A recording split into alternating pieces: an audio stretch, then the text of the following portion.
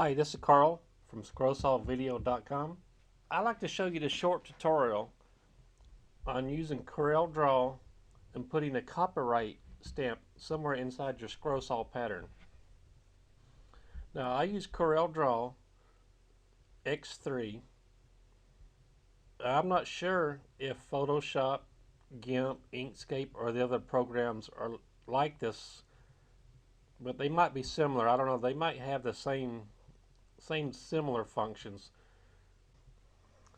So let's go ahead and get started on this video. I have previously drawn these two items right here. We're going to assume we're going to say that these are your scroll saw patterns that you want to use that you want to put a copyright on. So if you like designing your patterns fine line design such as this, or if you like to do the black infill type pattern such as this method I'm going to show you will work the same for either type.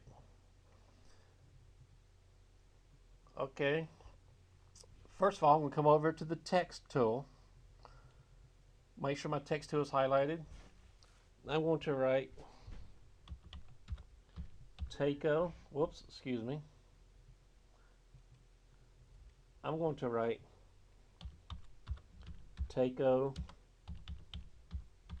Designs.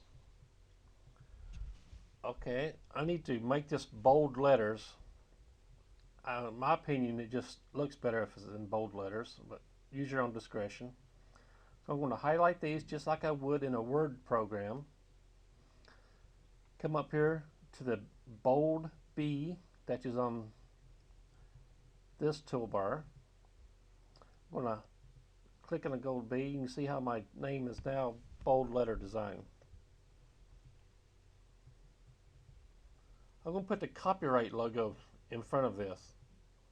To find this logo, come up here to your text, left click, scroll down to insert symbol character, left click. Over here on the right you'll see this dialog box pop up. At the top where it says font, go over to the right, click on the arrow, come down a little bit, click Arial. I'm going to take this slider, slide it down until I find the copyright icon, which is right here. Left click and drag this over to your page. Sometimes there'll be an outline pattern, sometimes there'll be infilled such as this C is. Okay, I'm going to left click on this and make sure it's highlighted. Grab one of the corner nodes and make it smaller. That's close enough to the right size. Left click and drag it up here next to my Takeo Designs. Okay, I need to group these two items together. So I'm going to come up here and hit my pick tool. Left click, make sure it's highlighted. I'm going to do left click and hold the mouse button down. Left click and drag a box that will encircle these two items. Now you'll see it has the 9 nodes, 3, 4, 5, 6, 7, 8, 9. Come up here to the Arrange tool. Left click, come down to Group and click this. Now if we wanted to move this item, we'll move them both at the same time instead of just one at a time. Okay, we're going to shrink this and embed it in this line on this pattern. So I'm going to zoom in. The roller button on your mouse, if you roll up, it zooms in. If you roll down, it rolls out. And wherever you put your pointer, such as if I put my pointer right here, that's where it's going to zoom to. Okay, if I put my pointer over here and zoom out, you'll see how it moves. So if I put my pointer right here in the middle of Taco Designs, roll up, you'll see different places. Okay, I'm going to do that again. I'm going to roll up, zoom in.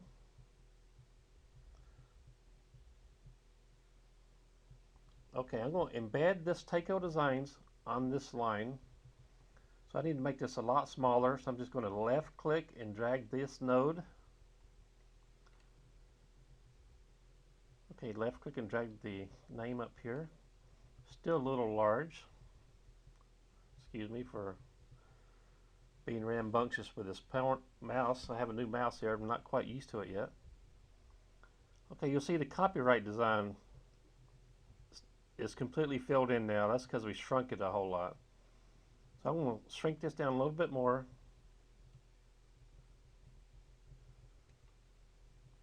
Okay, left click and drag this. Okay, that's good. You'll see that Taco Designs will fit inside that line. I want to stretch it out a little bit, make it longer.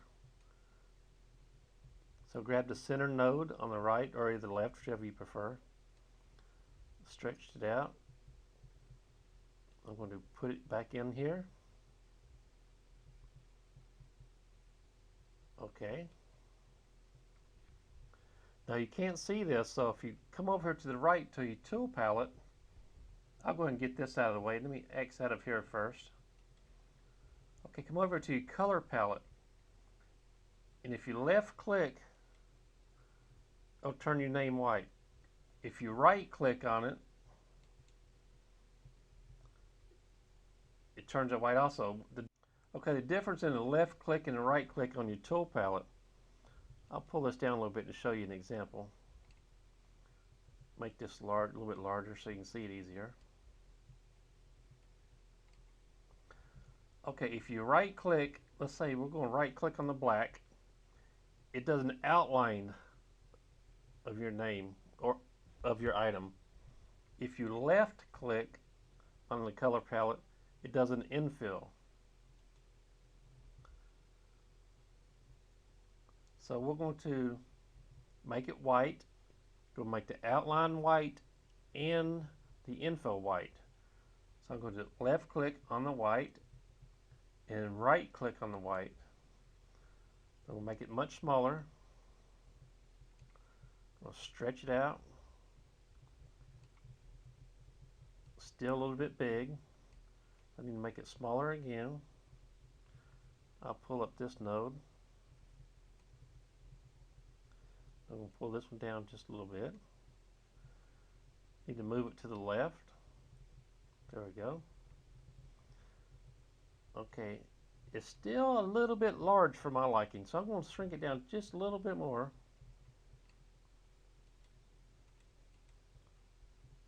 Taco Designs. Go just a little bit bigger. There we go. Taco Designs. Now you'll see the copyright is still white. Okay, the copyright is still white.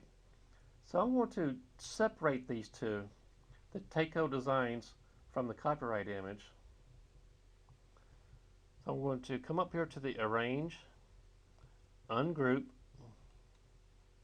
Okay, I'm going to click on the copyright, and I'm going to turn that black. Okay, well I'll turn that gray, just a little bit lighter shade than black, so you know where it's at. Okay, I'm going to zoom back out. You can see in my my scroll saw design, my name is still there on the line. We'll zoom back in. It was a little bit larger than what I really like to do, so I'm going to make that a little bit smaller. Maybe shrink it a little bit this way. There we go. Okay, on my line, on my pattern, my name is embedded. still looks a little large. So since it's this large on this pattern, I'm going to highlight my name and uncheck the bold on the font. Yeah, I believe that looks a little better. We'll make that a little smaller on the length and the height.